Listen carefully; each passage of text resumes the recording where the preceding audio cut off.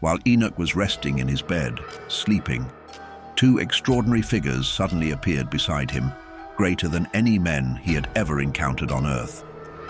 Their faces radiated like the brightness of the sun, and their eyes burned like blazing lamps.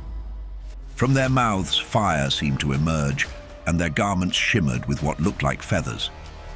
Their arms, adorned with golden wings, glowed beside his bedside. They called to him softly, "Enoch, Enoch." Startled, he awoke from his slumber, and they spoke with gentle assurance. "Be of good cheer, Enoch, and do not be afraid. The everlasting God has sent us to you, and today you shall ascend with us into the heavens." They lifted him up, placing him upon their wings, and together they soared above the earth, carried by the clouds. Higher and higher they ascended, past the air, and still further into the realm of the ether until they reached the first heaven. There the Elohim revealed to Enoch the human and divine mysteries, and he also learned about the moment when the angels had fallen. As humanity grew and multiplied in those days, many beautiful daughters were born to them. The angels, the children of heaven, saw these women and were filled with desire. They said to each other, "Let's choose wives from among the daughters of men and have children with them." Semjazar, their leader, hesitated and said, "I'm afraid you won't all follow through with this plan, and I alone will be left to bear the great punishment for this sin."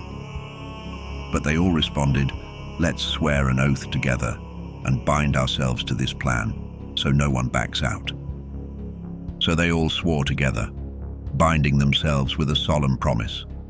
There were 200 of them in total, and they descended to earth during the days of Jared, landing on the summit of Mount Hermon. They named it Mount Hermon because they had sworn and bound themselves with an oath there.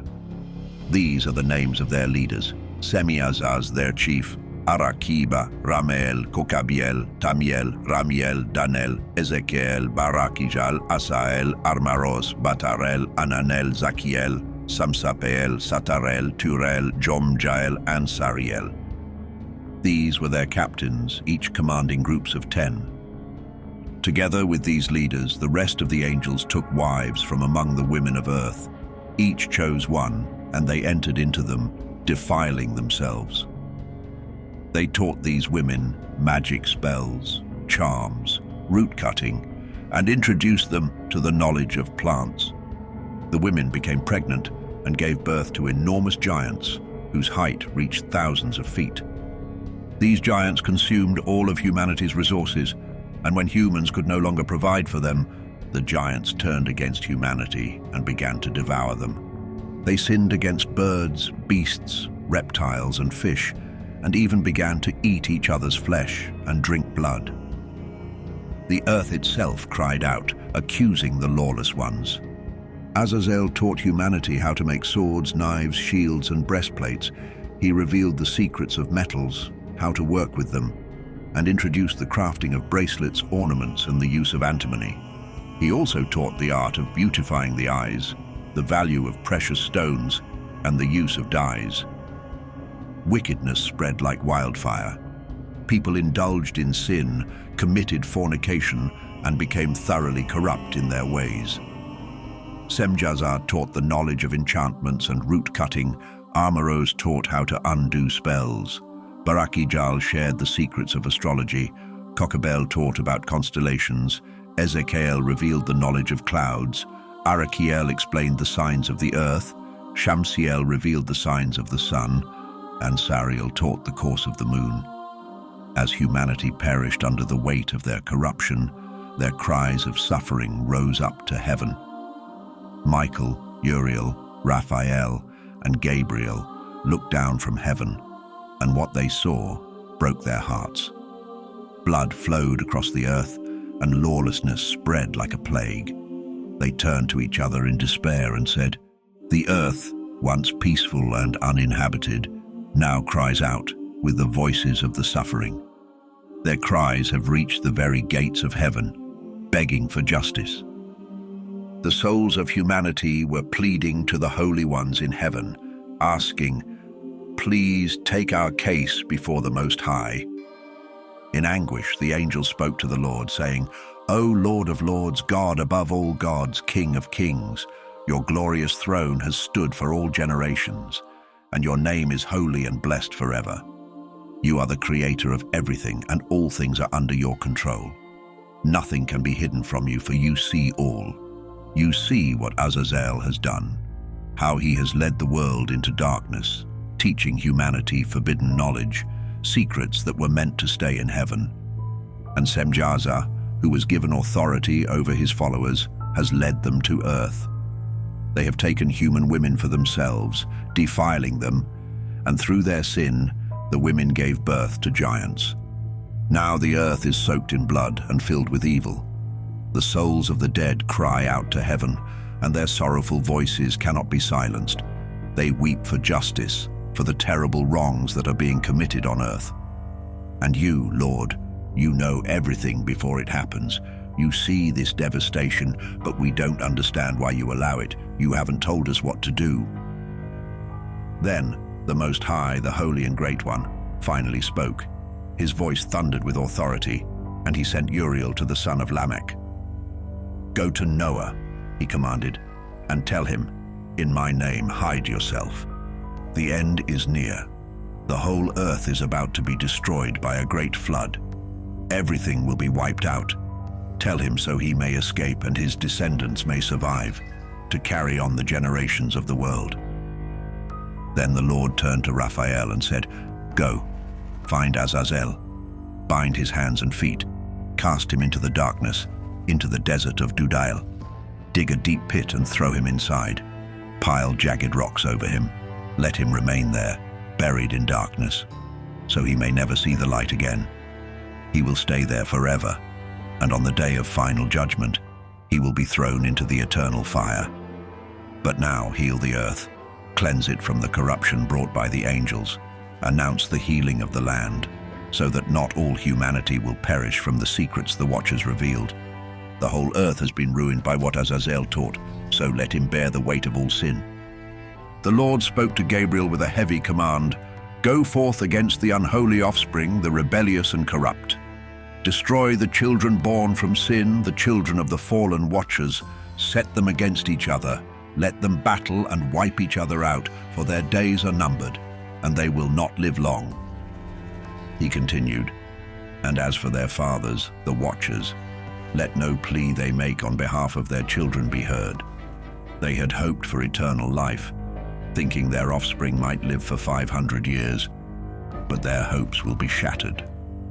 Then the Lord turned to Michael and said, "Bind Semjaza and his companions, those who have tainted themselves by uniting with women and defiling their purity. When they witness their sons killing each other and see the destruction of those they love, bind them tight in the depths of the earth. They will remain there, imprisoned for 70 generations, until the final judgment, until the day of reckoning that will last forever. On that day, they will be thrown into the fiery abyss, into torment and eternal imprisonment, where they shall never be free. Anyone condemned to destruction will be bound with them, sharing their fate for all generations to come. Wipe away the spirits of the corrupt and the children of the watchers, for they have wronged humanity. Let all wickedness be cleansed from the face of the earth, and let righteousness and truth take root. Let it be a blessing, a new beginning, where justice and joy will grow forever."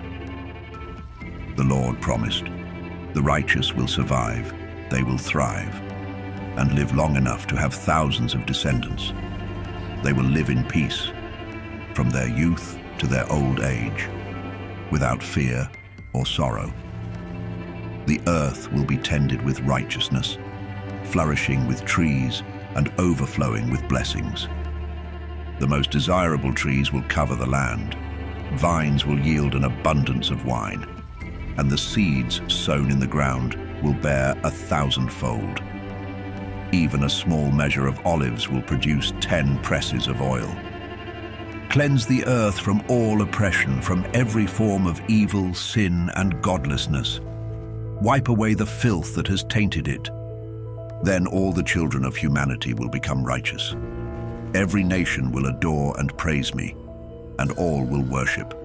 The earth will be purified from all defilement, sin, punishment, and torment. Never again will I send such suffering upon it, from generation to generation, forevermore.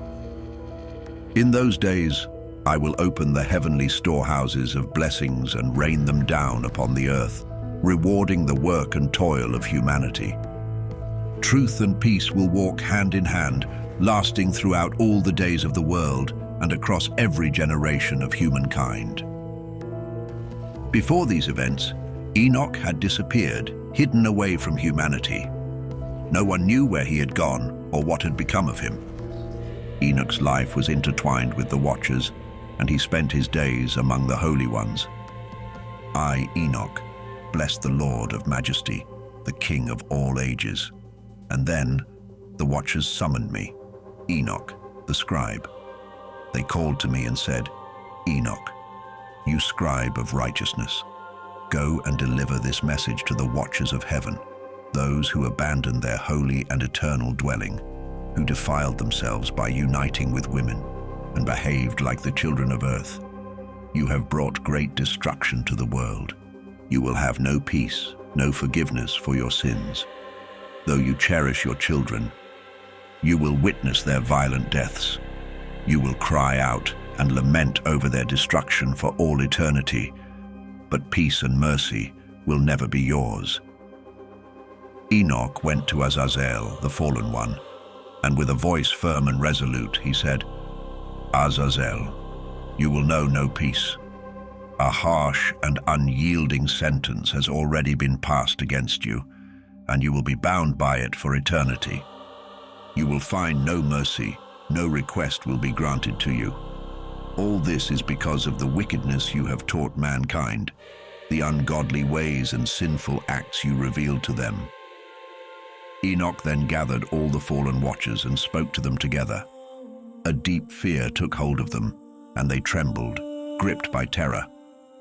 Desperate, they pleaded with Enoch, asking him to write a petition for them, to beg for forgiveness on their behalf. They hoped he could read their plea in the presence of the Lord of heaven, for they could no longer lift their faces to the heavens in shame, unable to speak to him after being condemned for their sins. Their guilt weighed down on them like chains. So Enoch did as they asked. He wrote their plea for forgiveness, carefully recording each of their spirit's desires and their deeds, asking for mercy and the extension of their days. Afterward, Enoch went to the waters of Dan, in the land of Dan, to the south and west of Mount Hermon. There, by the water's edge, he read their petition, pouring out their sorrow, until exhaustion overcame him and he fell asleep. And as he slept, visions came crashing down upon him, vivid and filled with judgment. A voice echoed in his dream, commanding him to bring this message to the sons of heaven and rebuke them for their actions. When Enoch awoke, he returned to the Watchers. They were gathered together, weeping in a place called Abel-Jail, between the mountains of Lebanon and Senezer, their faces hidden in grief and despair. With solemn authority, Enoch recounted to them all the visions he had seen while he slept, and there, among their tears, he began to speak words of righteousness, rebuking the fallen Watchers for their transgressions. This is the Book of Righteousness, containing the words of reprimand to the eternal Watchers, as commanded by the Holy Great One through the vision he revealed to me.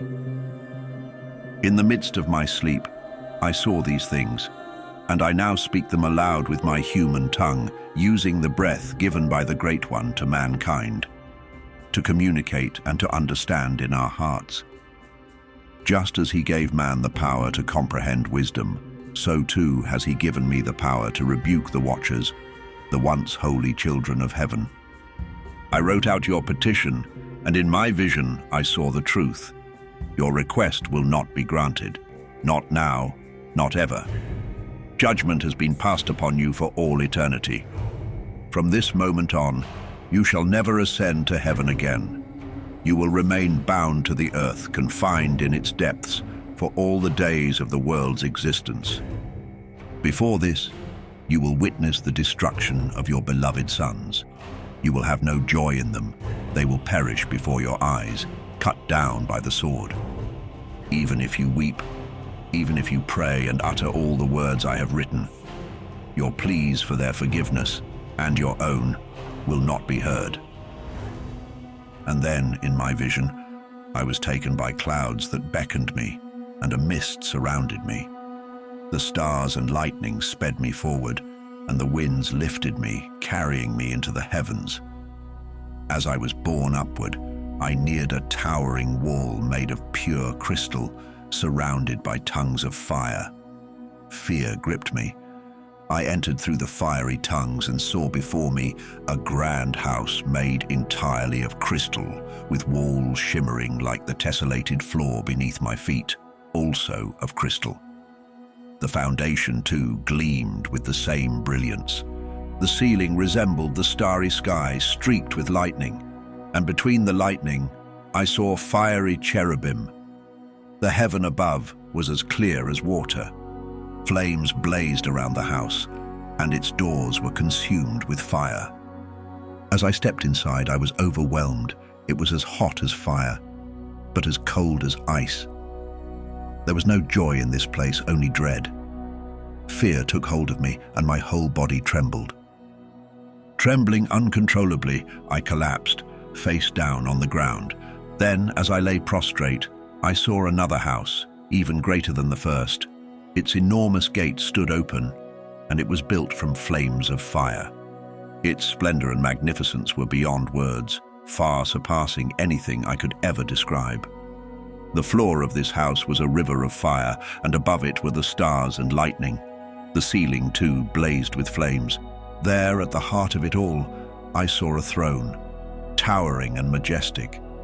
It gleamed like crystal, and its wheels shone like the burning sun, surrounded by cherubim.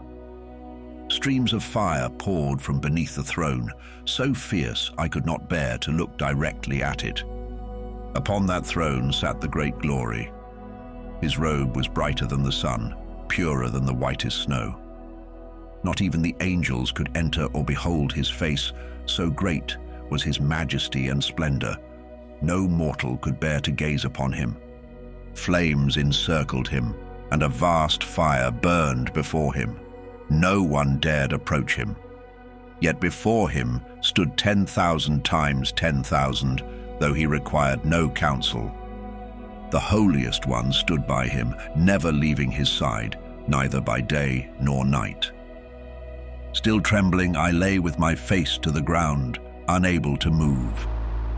Then the Lord called to me with his own voice, saying, "Come, Enoch, and listen to my words."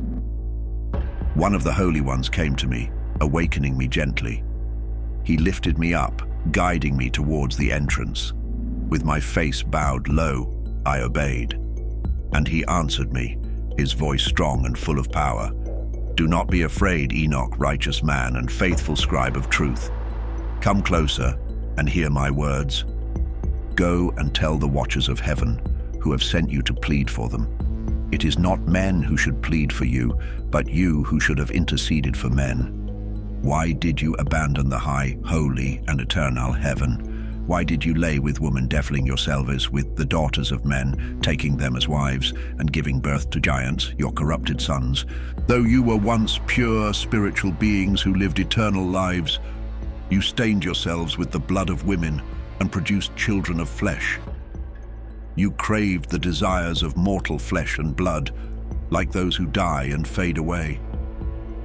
I gave men wives so they could bear children and ensure nothing was lacking on the earth. But you were not like them. You were once spiritual, living eternally, never destined for death, and thus I did not give you wives. For the spiritual dwell in heaven, not on earth.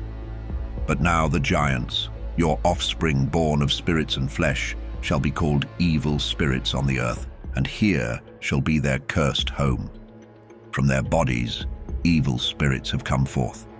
Their origin lies with you, the fallen watchers. These evil spirits will dwell among men, bringing havoc upon the earth. These spirits will be called evil because they come from both human and heavenly flesh. They belong to neither, yet they shall torment both. The spirits of the heavenly beings remain in heaven, but the spirits born from the earth, from your sin, shall remain bound to it forever. These spirits of the giants shall bring suffering. They afflict, oppress, destroy, and make war. They do not need food, but are ever hungry and thirsty. Their endless cravings cause misery, and they will rise up against men and women, for they are born of both. Since the days when the giants were slain, their spirits have wandered the earth, destructive, rebellious, and relentless. They shall continue to torment until the day of the final judgment, when all will be brought to an end, both for the watchers and the godless alike. It is on that day that the age will be fully completed. Now, regarding the watchers who sent you to intercede on their behalf, tell them this. Yes, you once dwelled in heaven, but not all the mysteries were revealed to you. Instead, you grasped at knowledge. In the hardness of your hearts, you made these hidden things known to women. Through this, men and women alike now commit great evil on the earth. Therefore, tell them, you shall find no peace, neither in heaven nor on earth. Enoch was taken to a place where those who dwelled there blazed like flames of fire. But when they wished, they could appear as men. Enoch was brought to a vast mountain, whose summit stretched up to the very heavens. He saw the places where the stars and lights of the sky are kept, and the deepest depths where thunder, lightning, and fiery weapons, arrows and a flaming sword, are stored. He was led to living waters and to the blazing fire in the west, where the sun sets each evening. Enoch came to a river of fire, its flames flowing like water, pouring into the great western sea. He saw the great rivers of the world and journeyed into the darkness to a place where no living creature can walk. He beheld the mountains covered in winter's shadow and the source from which the waters of the deep flow. He saw the mouths of every river and the entrance to the vast depths below.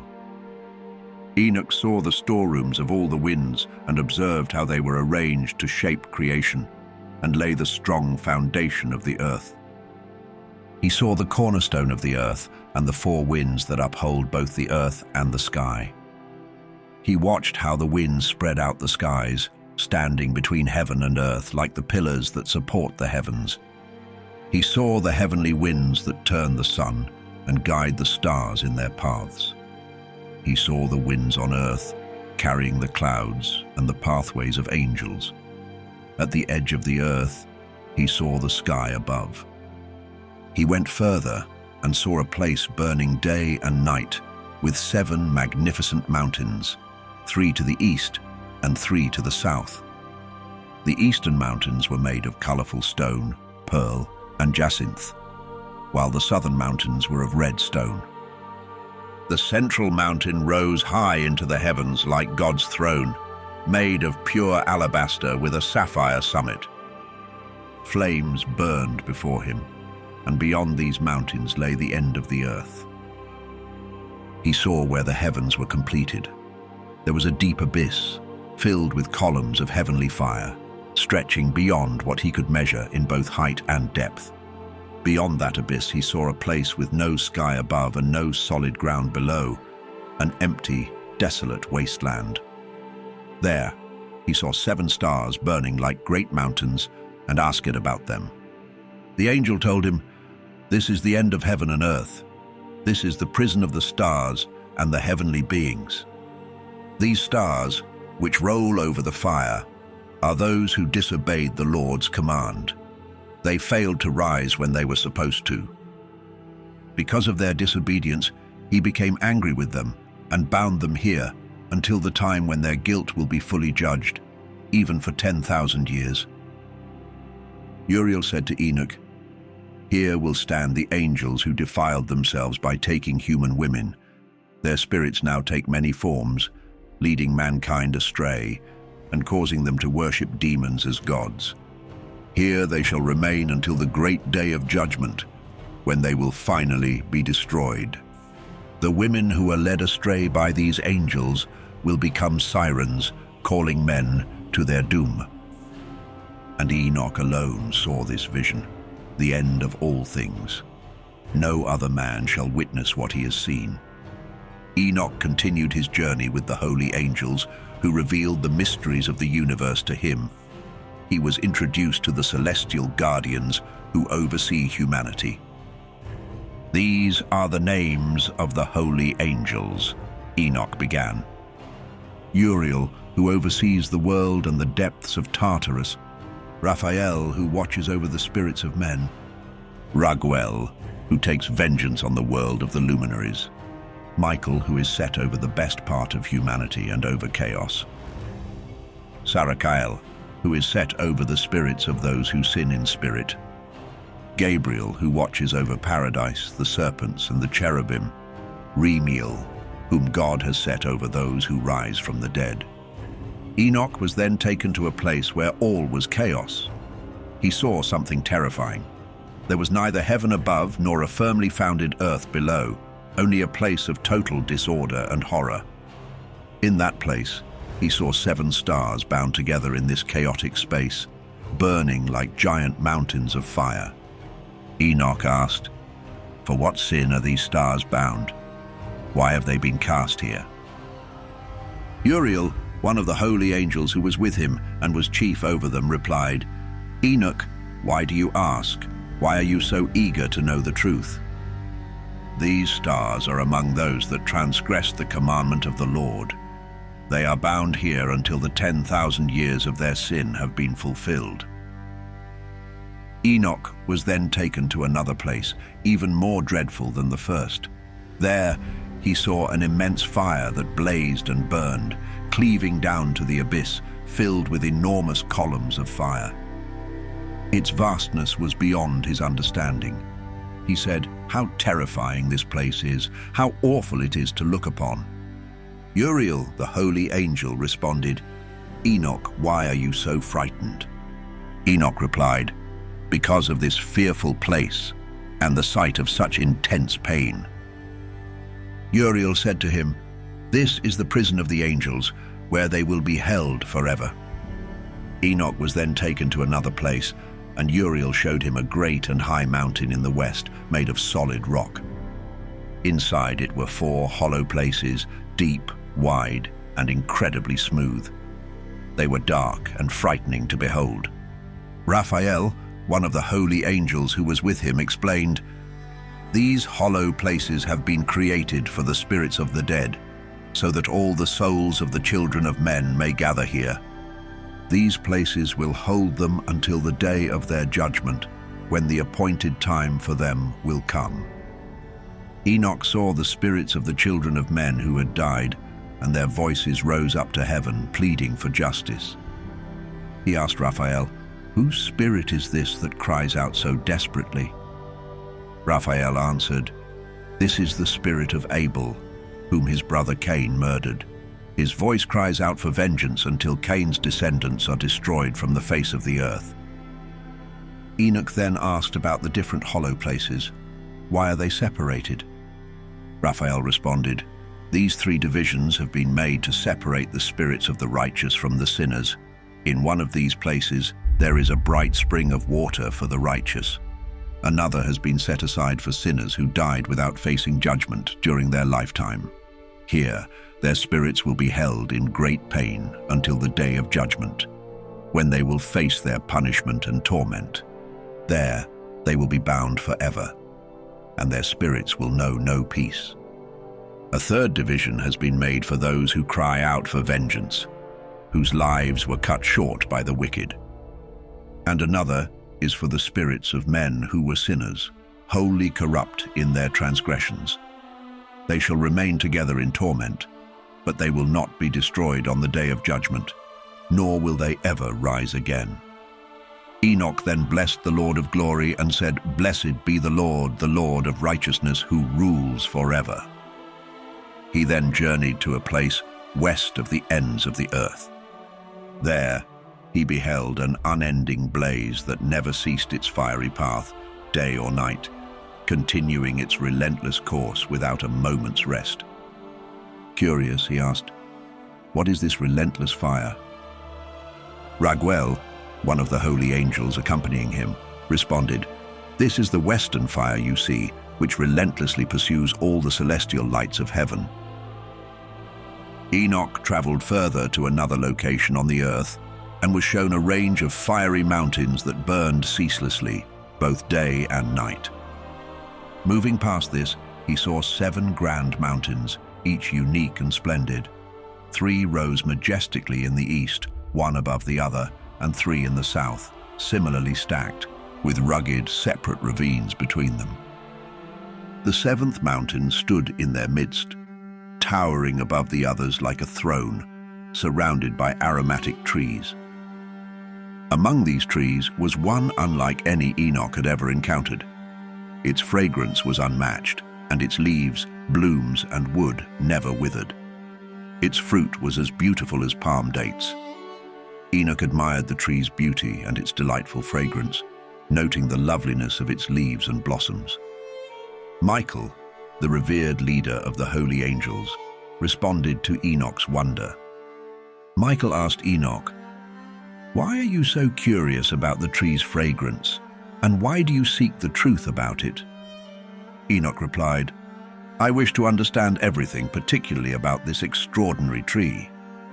Michael explained, "This towering mountain you see, with its summit resembling God's throne, is indeed his throne. The Holy Great One, the Lord of Glory, the Eternal King, will one day descend to earth to visit in kindness. Until the great judgment comes, no mortal is allowed to touch this fragrant tree. At that time, when divine justice is meted out and all is brought to its final state, the tree will be given to the righteous and holy. Its fruit will nourish the chosen ones, and the tree will be transplanted to the sacred place, the Lord's eternal temple. Then they will experience joy and happiness and enter the holy place. Its fragrance will enrich their being, and they will live long, fulfilling lives, free from sorrow, disease, torment, or disaster, just as their ancestors did." Enoch then praised the God of glory, the eternal King, who had prepared such blessings for the righteous and promised to bestow them. Enoch traveled to the heart of the earth and discovered a blessed place with ever-blooming trees. There he saw a sacred mountain with a stream flowing eastward towards the south. To the east he noticed another mountain, taller than the first, separated by a deep, narrow ravine with a stream running beneath it. To the west, a lower mountain was situated, separated by a dry, deep ravine, with another similar ravine at the ends of the 3 mountains. All these ravines were narrow and deep, carved from solid rock, and devoid of trees. Enoch marveled at the rocks and the ravines, astonished by their formidable appearance. He wondered aloud, "What is the purpose of this blessed land, filled with trees, and the cursed valley in between?"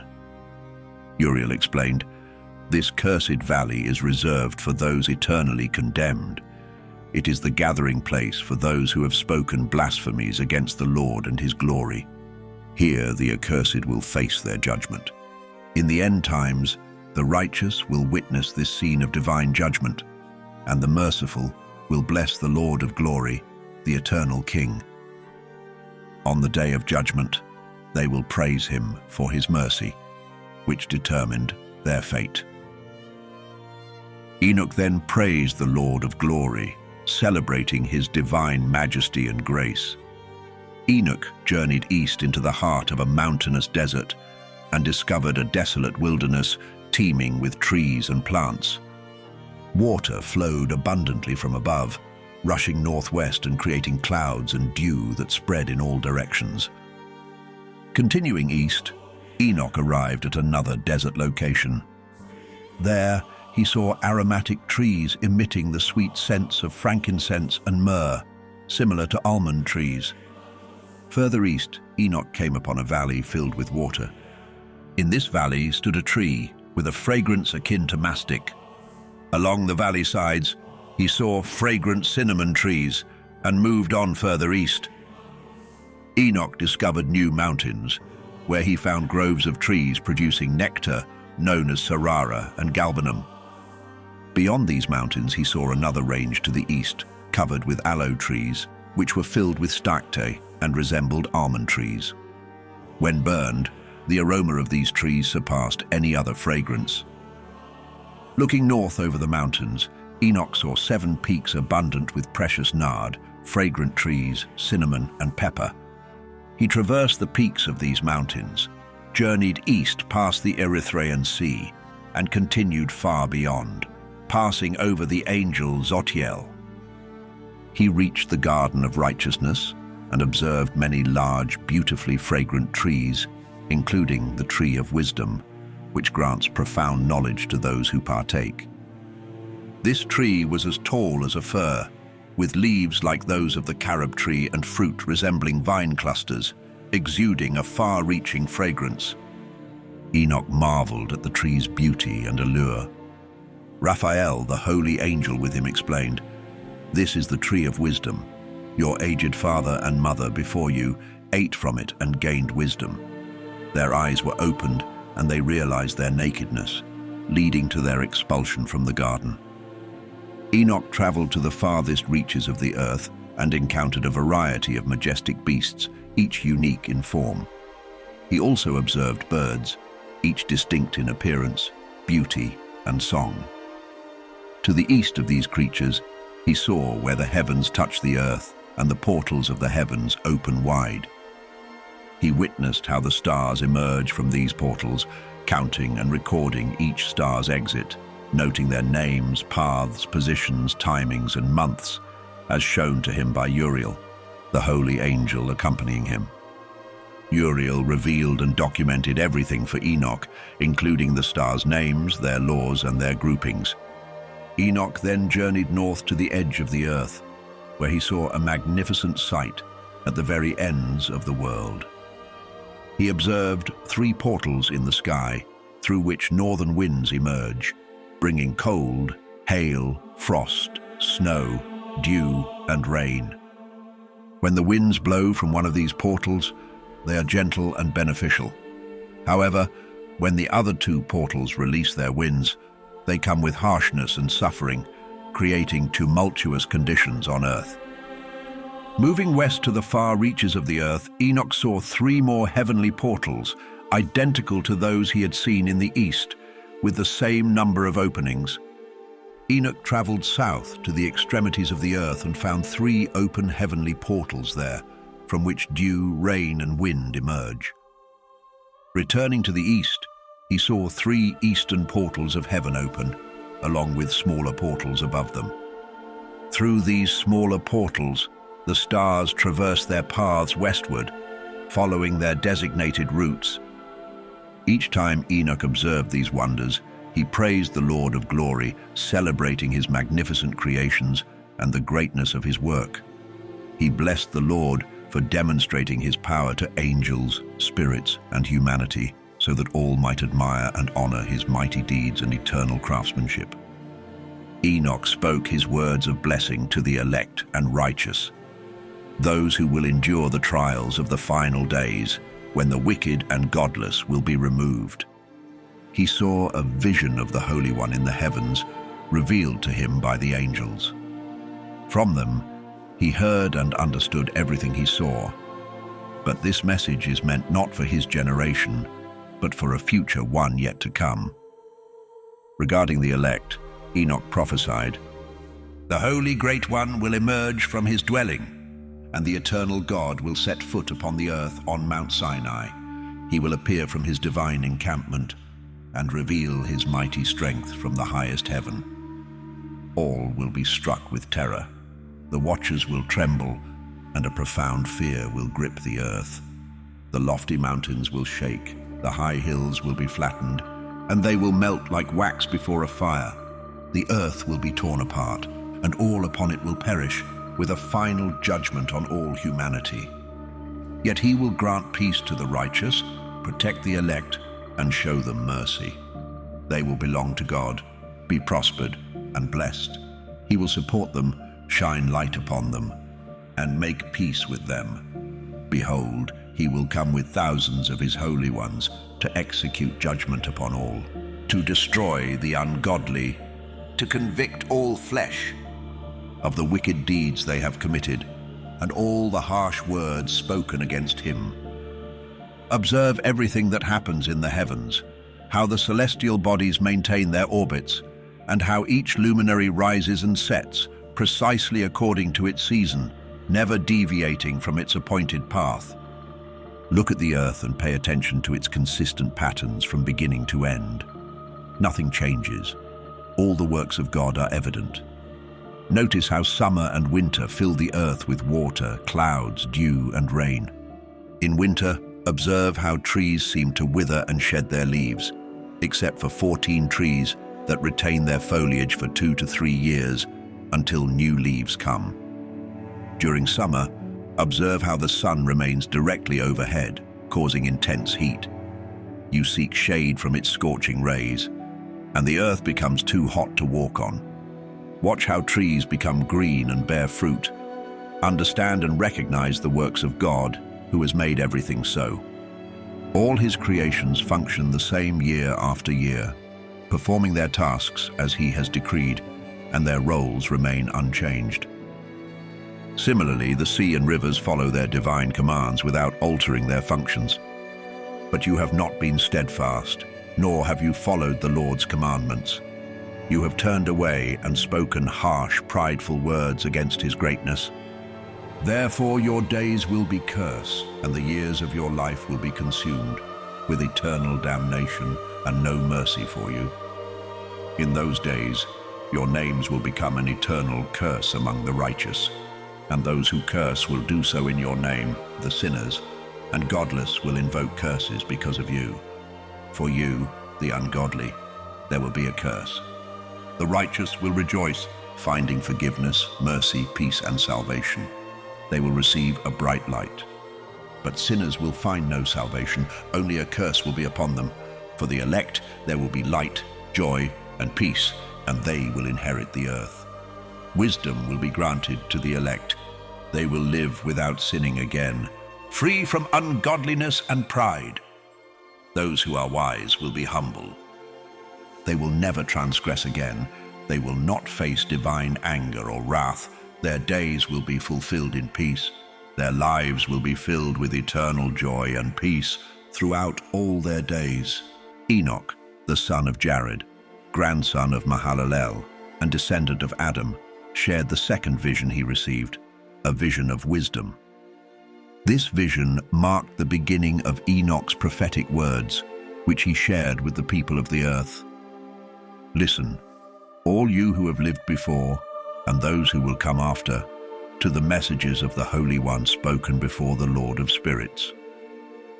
Though it might seem fitting to reveal these truths solely to the ancients, this wisdom could not be kept from those living now or from future generations. Until this moment, such insight had never been bestowed upon anyone by the Lord of Spirits, who granted Enoch the gift of eternal life. Enoch had received 3 great parables, which he now imparted to the people on earth. A time will come when the righteous will be gathered together, and the sinners will face judgment for their deeds. They will be expelled from the earth. When the righteous one, whose actions are perfectly aligned with the Lord of Spirits, reveals himself to the righteous, a brilliant light will shine upon those chosen by God. But where will the sinners hide? Where will those who denied the Lord find rest? It would have been better for them if they had never been born. When the secrets of the righteous are unveiled and the wicked are judged, the powerful and exalted of the earth will lose their status. They will be unable to stand before the holy, for the Lord of Spirits will illuminate the faces of the righteous and the elect. The mighty rulers will perish and be handed over to the righteous and holy. From that point on, they will no longer be able to seek mercy from the Lord of Spirits, for their lives will have ended. In those days, holy and chosen children will descend from the heavens and unite with the children of men. Enoch received sacred writings filled with fervor, judgment, and sorrow. Yet no mercy will be granted to the wicked, declares the Lord of Spirits. One day, a whirlwind carried Enoch away from the earth and placed him at the edge of the heavens. There, he witnessed the abodes of the holy and the resting places of the righteous. He saw how they prayed and interceded for humankind, with righteousness flowing like an endless river and mercy descending like gentle dew upon the earth. This state of righteousness and mercy will endure forever. In that sacred place, Enoch saw the chosen one, the embodiment of righteousness and faith, whose dwelling was under the protection of the Lord of Spirits. His reign would be marked by justice, and the number of the righteous who stood before him would be countless, lasting forever.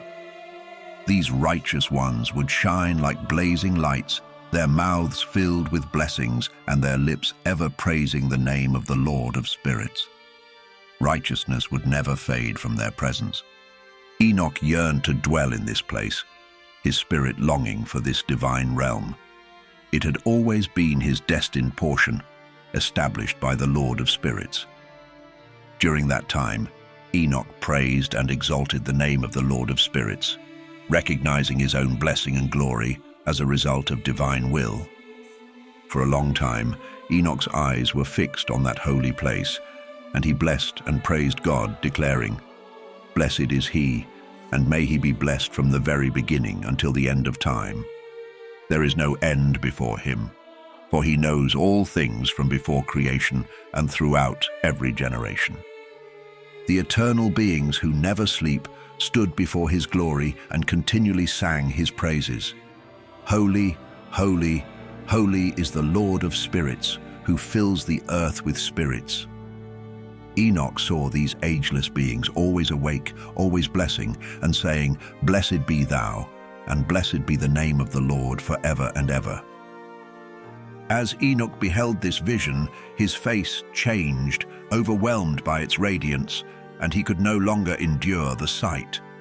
After this, Enoch saw an innumerable multitude, thousands upon thousands and 10,000 times 10,000, standing before the Lord of Spirits. Surrounding the Lord on all four sides were four distinct presences, different from the eternal beings Enoch had seen before. An angel who accompanied him revealed their names and showed him all the hidden truths. The voices of these four presences rang out in praise before the Lord of Glory. The first voice praised the Lord of Spirits eternally. The second voice blessed the elect one and the chosen ones who rely on the Lord of Spirits.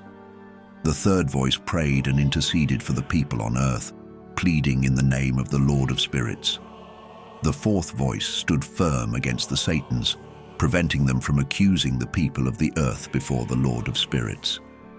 Enoch then asked the angel of peace, who had shown him all these hidden things, "Who are these four presences whose words I have heard and recorded?"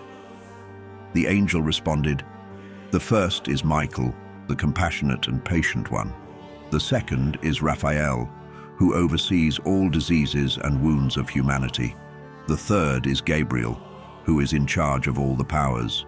The fourth is Phanuel, who oversees the repentance and hope of those who will inherit eternal life. These are the four angels of the Lord of Spirits, and the voices you heard in those days." Next, Enoch saw all the secrets of the heavens, how the kingdom is organized, and how the actions of people are measured. He observed the homes of the elect and the holy, and witnessed sinners being expelled from these sacred places for denying the name of the Lord of Spirits. They were dragged away, unable to remain due to the punishment that came from the Lord of Spirits. Enoch also saw the secrets of lightning and thunder, the division of the winds as they blow across the earth, and the mysteries of clouds and dew. He observed their origins and how they saturate the dry earth. He saw the chambers where the winds are divided, including the chambers of hail, mist, and clouds, which have hovered over the earth since the world began. He witnessed the chambers of the sun and moon, observing their paths and their glorious returns. He saw how one is superior to the other and their majestic orbits, noting that they never stray from their paths. They neither add to nor subtract from their courses, and remain faithful to their celestial oath.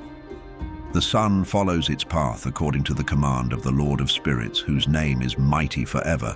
Enoch also saw the hidden and visible paths of the moon, which completes its course day and night. Both sun and moon, positioned opposite each other before the Lord of Spirits, give thanks and praise without rest. Their very existence is a testament to their thanksgiving. The sun brings either blessing or curse, while the moon's path brings light to the righteous and darkness to the sinners, as decreed by the Lord, who separated light from darkness.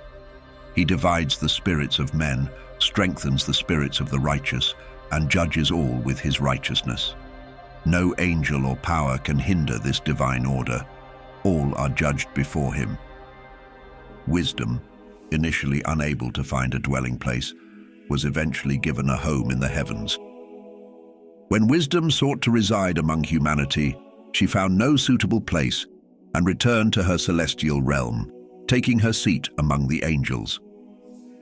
Meanwhile, unrighteousness emerged from her chambers, seeking but failing to find a place among the righteous.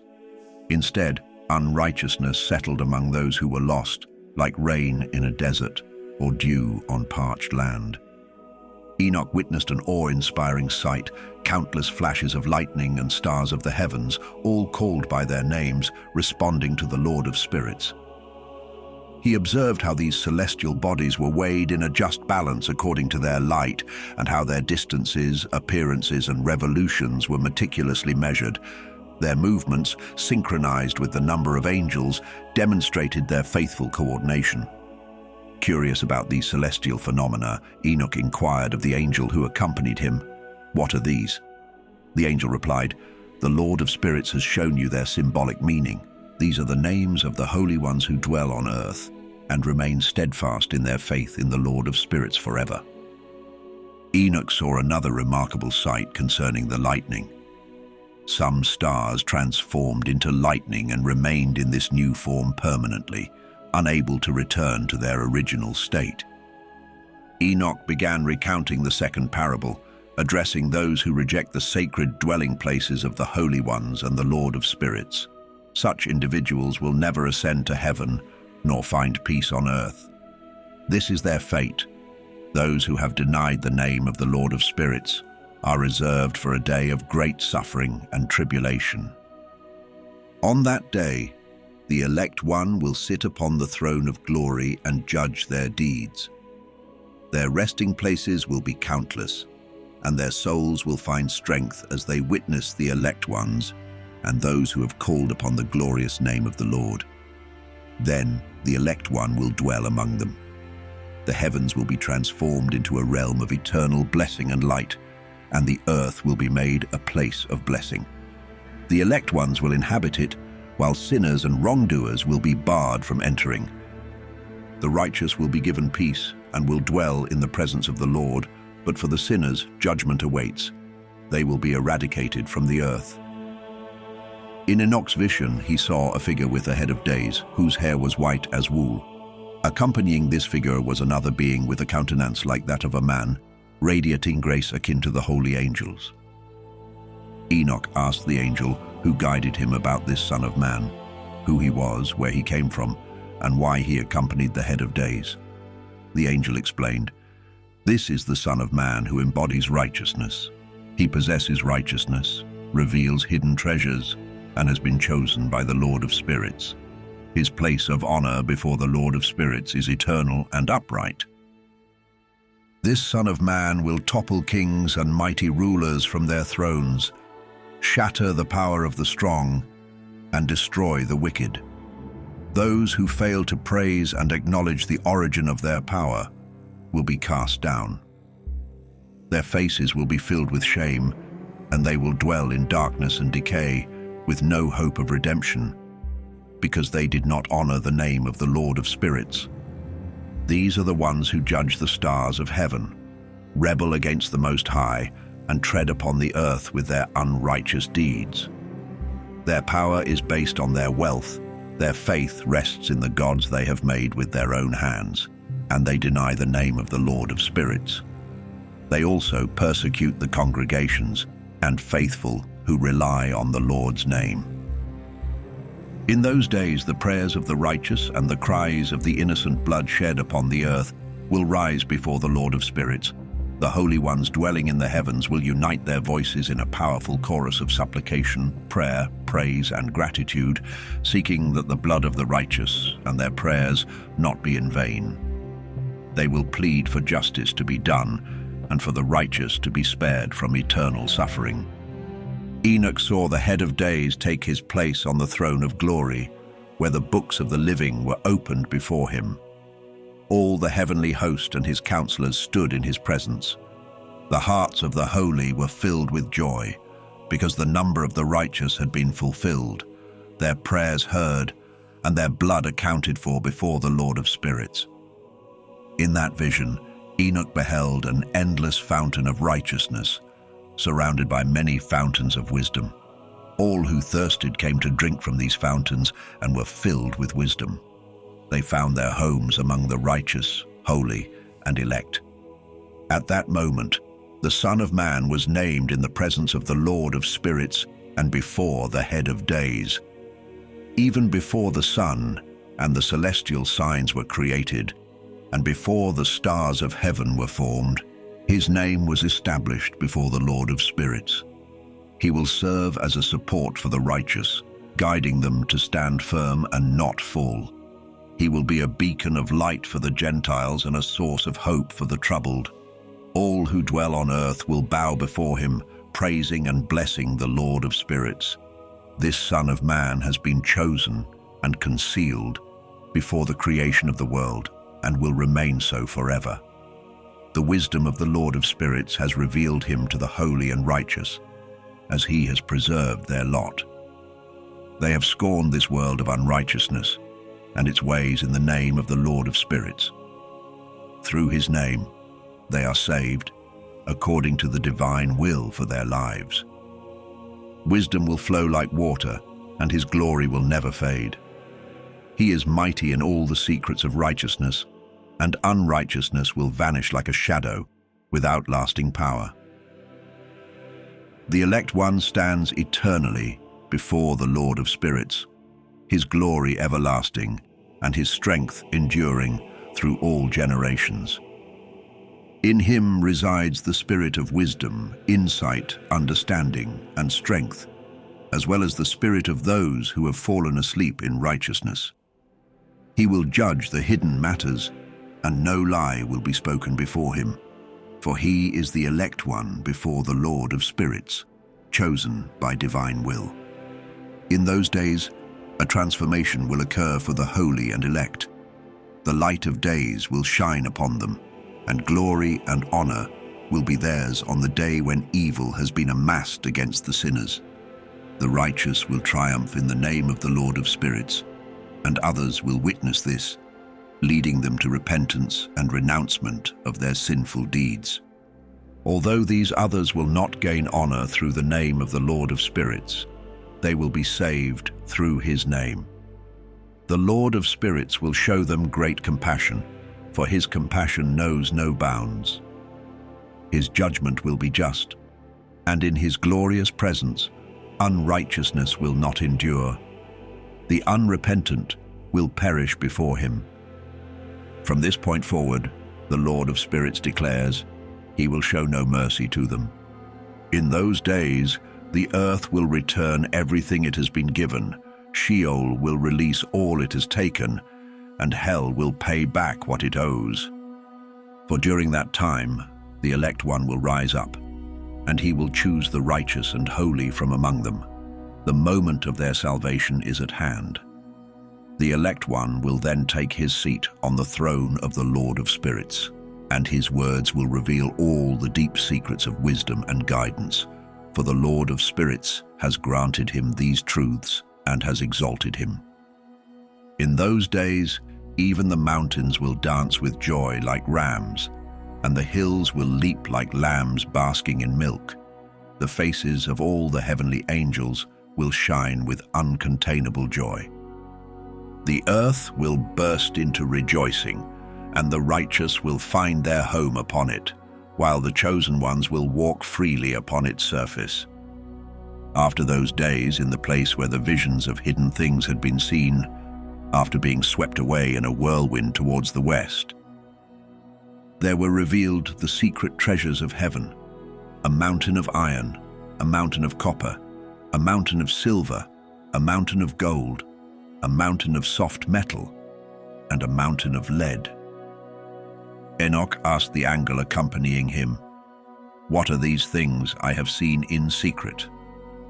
The angel answered, "These things you have seen are destined to serve the reign of his anointed, so that he may wield great power and might upon the earth." The angel of peace then said, "Wait a moment, and you will be shown all the hidden things that surround the Lord of Spirits." The mountains seen, the iron mountain, the copper mountain, the silver mountain, the gold mountain, the soft metal mountain, and the lead mountain, will become as fragile as wax before, a fire and as malleable as water pouring down. They will lose all their strength in the presence of the elect one. It will come to pass in those days that no one will find salvation through gold or silver, and none will escape. All will be powerless. There will be no iron for battle, no armor to protect. Bronze will be useless, tin will be worthless, and lead will be rejected. All these things will vanish and be destroyed from the earth's surface when the elect one appears before the Lord of Spirits. A deep, gaping valley was seen where all who live on earth, sea, and islands would bring gifts, tributes, and tokens of homage, yet this valley would never be filled. Their hands are stained with lawless deeds, and sinners consume and oppress everyone they wrongfully dominate. Yet they will face destruction before the Lord of Spirits, be banished from his earth, and perish forever. All the angels of punishment were seen there, preparing the tools of Satan. Enoch asked the angel of peace who accompanied him, "For whom are these instruments being prepared?" The angel replied, "These are prepared for the kings and mighty ones of the earth, so they may be utterly destroyed. Afterward, the righteous and elect one will reveal the house of his congregation, and they will no longer be hindered in the name of the Lord of Spirits. The mountains will no longer stand firm before his righteousness, but the hills will flow like fountains of water, and the righteous will find rest from the torment of sinners." Enoch looked and turned to another part of the earth, where he saw a vast valley engulfed in burning fire. He witnessed the kings and mighty ones being dragged and cast into this deep, fiery abyss. Enoch's eyes beheld the preparation of immense iron chains, heavy beyond measure, being made for these individuals. Enoch asked the angel of peace accompanying him, "For whom are these chains being prepared?" The angel responded, "These chains are for the hosts of Azazel. They will be used to cast them into the abyss of total condemnation. Their jaws will be covered with rough stones, just as the Lord of Spirits has commanded. On that great day, Michael, Gabriel, Raphael, and Phanuel will seize them and throw them into the burning furnace. This will be the Lord of Spirits' vengeance for their unrighteousness, for yielding to Satan and leading astray those who live on earth. In those days, the Lord of Spirits will send punishment. He will open all the water chambers above the heavens and the fountains below the earth. The waters above the heavens, representing the masculine, will merge with the waters below the earth, representing the feminine. Together, they will destroy all who dwell on the earth and those living at the ends of the heavens. When they recognize the evil they have done on earth, they will perish by these waters. Afterward, the head of days expressed regret, saying, "I have destroyed all who dwell on the earth in vain." He swore by his great name, "From now on I will not do this again. I will set a sign in the heavens as a pledge of goodwill between me and them forever, as long as the heavens are above the earth. This is my command. When the time comes for me to grasp them by the hand of the angels during the day of tribulation and pain, my chastisement and wrath will be upon them, declares the Lord of spirits. Mighty kings of the earth, you will witness my elect one sitting on the throne of glory, judging Azazel, his associates, and all his hosts in the name of the Lord of spirits. Enoch saw the hosts of the angels of punishment, armed with scourges and chains of iron and bronze. He asked the angel of peace, "To whom are those carrying the scourges going?" The angel answered, "They are going to the elect and beloved ones to cast them into the abyss of the valley. In this valley, the elect and beloved will be gathered. Their lives will come to an end, and their days of leading astray will be no more. In those days, the angles will return and move eastward towards the Parthians and Medes. They will incite unrest among the kings, rousing them from their thrones. These kings will burst forth like lions from their dens and wolves among their flocks, trampling over the land of the elect. But the city of the righteous will hinder their advance. They will fight amongst themselves, and their right hands will turn against one another. Men will no longer recognize their brothers, or sons their fathers and mothers, leading to a slaughter with countless corpses and punishment that will not be in vain.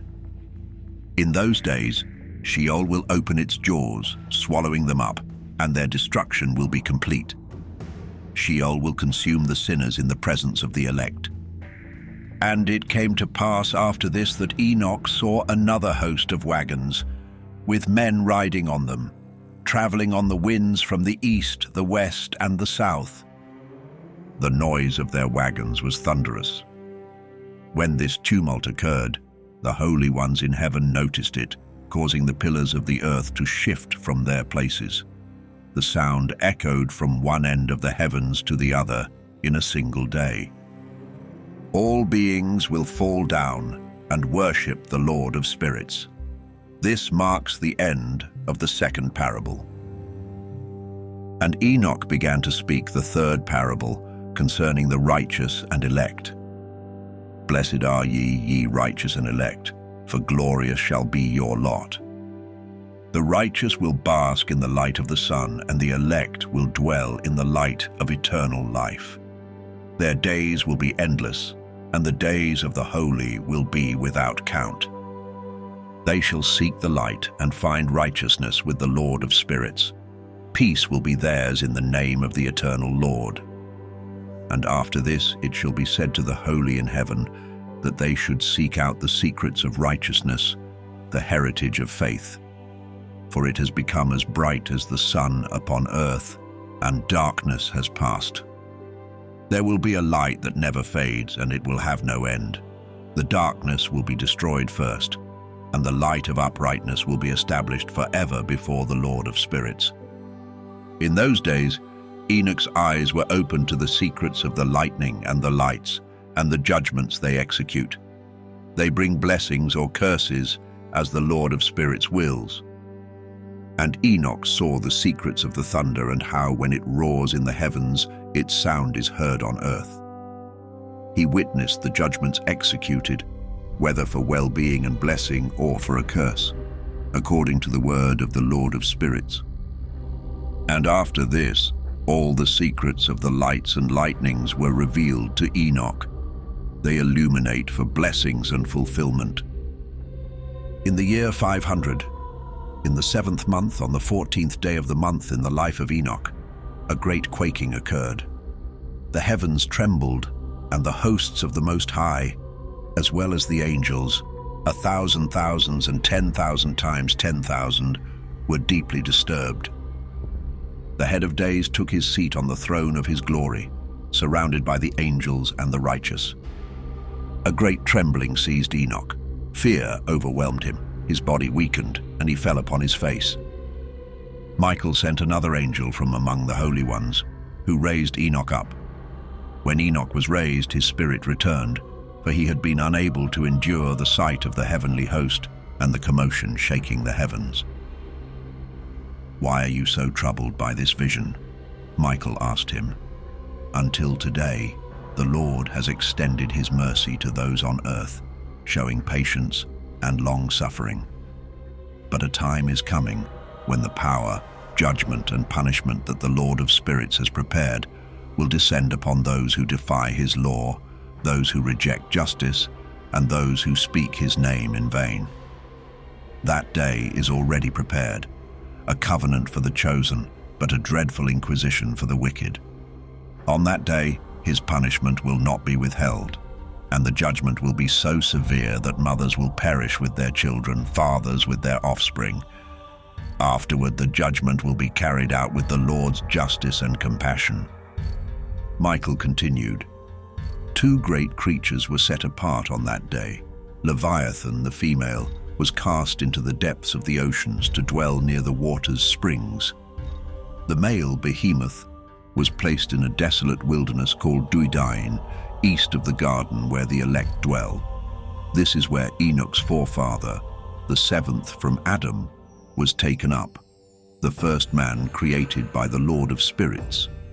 Curious, Enoch asked one of the angels to reveal the power of these beasts and to explain how they were separated on a single day, one thrown into the sea and the other into the dry wilderness. "You seek to know what is hidden," the angel responded. Another angel, guiding Enoch, began to unveil the mysteries of the cosmos, explaining the workings of the heavens, the depths of the earth, the ends of the firmament, and the foundation of the world. He showed Enoch the chambers of the winds and how they are divided and measured, each portal corresponding to its own power. The angel explained the movement of the moon, the divisions of the stars by name, and how everything in creation has its designated order. The angel spoke of the thunder, revealing the secret places where it rests, waiting for its roar. Thunder and lightning, though not one, are bound together. They move through the power of the Spirit and never part. When the lightning flashes, thunder soon follows, and the Spirit controls the pause between them. "The storehouse of thunder," he said, "is as vast as the sands, and each peal is restrained and released by the Spirit to move across the earth." The angel went on to describe the powerful spirit of the sea, which pulls the waters back and forth across the mountains with unyielding strength. He also spoke of the spirits of frost, hail, snow, and mist, each governed by its own angel. "The snow," he said, "rises like smoke and contains a spirit of its own. Frost. The mist, unlike the others, dwells in its own chamber, glorious in both light and darkness, with an angel overseeing its course through the seasons. The dew, too, has its place at the edges of the heavens, connected to the chambers of rain. As the rain is released from its chamber, angels lead it forth, uniting it with the waters of the earth. Rain is a gift to nourish the earth, decreed by the Most High, and angels oversee its measure. As Enoch beheld these wonders, the angel of peace who accompanied him said, "These two great monsters, Leviathan and Behemoth, were prepared in accordance with God's greatness." In those days, Enoch saw angels being given long cords, with which they took to the skies and flew northward. He asked the angel with him why they had taken these cords and left. "They have gone to measure," the angel answered. "These cords will measure the righteousness of the chosen, strengthening their faith, so they may forever hold fast to the name of the Lord of Spirits." The angel continued, "The righteous will dwell together, and these measures will reveal all mysteries, what lies beneath the earth, those lost in the desert, those devoured by beasts or by the fish of the sea. They will return, upheld by the elect one, for none will be destroyed before the Lord of Spirits." All of heaven received a command, and with one voice they praised the Holy One. Their words were wise, filled with life, and they blessed the Lord of Spirits with fire-like brilliance. The elect one was placed on a throne of glory to judge all the deeds of the holy in heaven, weighing their actions on a divine balance. As he lifted his face to judge the hidden paths and secret ways of the righteous, all of heaven cried out in unison, blessing and glorifying the name of the Lord of spirits. On that day, the entire host of heaven, from cherubim to seraphim and the mighty angels of power, will raise their voices in one song of praise. They will exalt the Lord of spirits with faith, wisdom, patience, mercy, justice, and peace. Blessed is he, they will declare, and may the name of the Lord of spirits be praised forever. All the heavenly beings who never sleep will bless him, as will the holy ones in the garden of life, every spirit of light, and all flesh upon the earth. They will glorify and magnify his name beyond measure. For the mercy of the Lord of spirits is vast, and his patience endures. All his works and everything he has created will be revealed to the righteous and the elect in his name. The Lord issued a command to the kings, the powerful, and the exalted ones of the earth, saying, "Open your eyes and lift up your strength, if you are able to recognize the elect one." The Lord of spirits then placed the elect one upon his glorious throne, and righteousness poured forth from him. His mere words would strike down sinners, and all the unrighteous would be obliterated from his presence. On that day, the kings, the mighty, and all who rule the earth would stand in awe. They would gaze upon him sitting on his throne, where righteousness is judged, and no falsehood can be spoken before him. Suddenly, they would feel pain as intense as a woman in labor, suffering as she brings forth her child into the world. They would glance at one another, terror etched upon their faces, their hearts heavy with dread. Despair would seize them when they see the Son of Man seated on the throne of glory. The kings, the mighty, and all who possess the earth will finally acknowledge him who was hidden from their sight but ruled over all. They will bless, glorify, and praise the one who was concealed, preserved by the Most High from the beginning, and revealed only to the elect. In that moment, the chosen and the holy will gather before him, standing firm. The kings and the mighty, once exalted in their own eyes, will fall face down in worship. They will plead for mercy from the Son of Man, placing their hope in him. Yet the Lord of spirits will press them so harshly that they will flee from his presence, their faces full of shame, darkness deepening upon them. He will hand them over to the angels of punishment to exact vengeance for their oppression of his chosen ones. Their downfall will be witnessed by the righteous and elect, who will rejoice, for the wrath of the Lord of spirits will rest upon the oppressors. His sword will be drenched in their blood. On that day, the righteous and elect will be saved, never again to witness the faces of sinners and the unjust. The Lord of spirits will dwell among them, and they will share meals with the Son of Man, rising and lying down in peace forever and ever. The righteous and the elect will rise from the earth, no longer burdened with sorrow. They will be clothed in garments of glory, garments of life bestowed by the Lord of spirits, which will never age nor fade. Their glory will endure eternally before the Lord of spirits. In those days, the mighty and the kings who once ruled the earth will beg for mercy. Delivered into the hands of the angels of punishment, they will cry out for just a little respite. They will long to fall down and worship the Lord of spirits, to confess their sins before him. They will praise and glorify him, saying, "Blessed is the Lord of spirits, the Lord of kings, the Lord of the mighty, the Lord of the rich, the Lord of glory, and the Lord of wisdom." His power is splendid and secret, spanning generations upon generations. His glory is eternal, and his righteousness cannot be measured. Then they will lament, "If only we had rest to glorify and thank him, to confess our faith before his glory. But now we find no rest. We chase after it and grasp at nothing. Light has vanished from us, and we dwell forever in darkness." With deep regret, they will admit, "We did not believe in him or glorify his name. Instead, we placed our hope in our kingdoms and our glory. Now, in our suffering, he does not save us. We find no peace, no respite for our confessions, though his judgments are true and just, showing no partiality." They will realize the futility of their lives, saying, "We lived filled with unrighteous gains." Yet even that could not prevent us from being dragged down into the burdens of Sheol. Shame and darkness will cover their faces as they are cast out from the presence of the Son of Man. His sword will remain before them, driving them away, never to return. Thus, the Lord of Spirits declares his judgment upon the mighty, the kings, the exalted, and those who rule the earth. Their fate is sealed before the Lord of Spirits. In that place, other hidden forms appeared to Enoch. He heard the voice of an angel saying, "These are the angels who descended to earth and revealed hidden things to mankind, leading them into sin."